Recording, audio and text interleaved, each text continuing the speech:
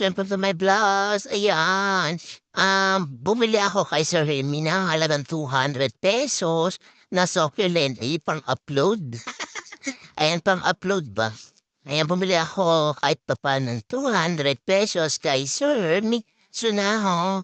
Kasi, ayan, parang nagandahan ako doon sa crested na pinost niya.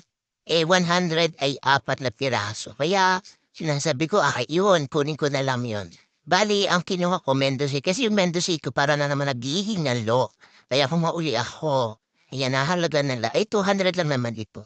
Ayan, at hindi nga tayo pwede magbili ngayon ng halaman. Yan. Sir, ito, ano ba yan, bumili tayo kay Sir Hermie Sunaho. Isa po siyang vlogger dito sa YT World at siya po ay meron ng silver button at nagtitinda rin po siya ng mga succulent and cactus. Ayan. At siya po ay kaya po sa mga hindi pa nakaka-follow sa kanya, please follow Sir Hermie Sunaho. Ayan. At atin na itong iaalis sa kanilang mga pinagbalutan. Ininano nila.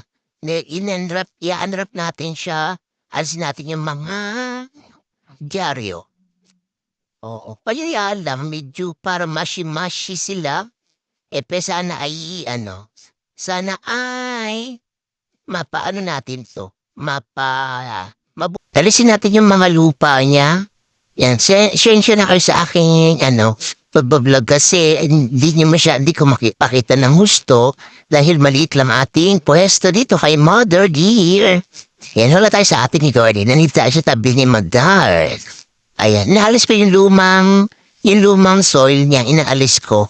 Ayan, tapos bumili nga pala ako ng MDT soil kay Sir Hermie kasi itong crested talaga na to, hindi talaga ako nabubuhayan. Kaya lang sabi ko, sige try natin, bili ako kay Sir Hermie. Parang challenge baga. Ayan, titignan natin kung ating mabubuhay ang ating crested. Pero yung Mendoza, may buhay na ako. Medyo malago na kaya na nasunog. Kaya ayun, bumili ako ng 4 ng piraso. Kaya 200 siya. Ayan, at atin nang aalisin ang kanilang mga taon para ating maitanim na. At ito na, itatanim na natin siya sa kanyang maganda. Pamilya ba kayo sa, sa pot na to? Ayan. At itatanim na natin siya para naman medyo pagka mashi-mashi siya kaya kailangan nating itanim. At sana ay mabuhay. Ayan, ang ganda ng pagkakrested niya.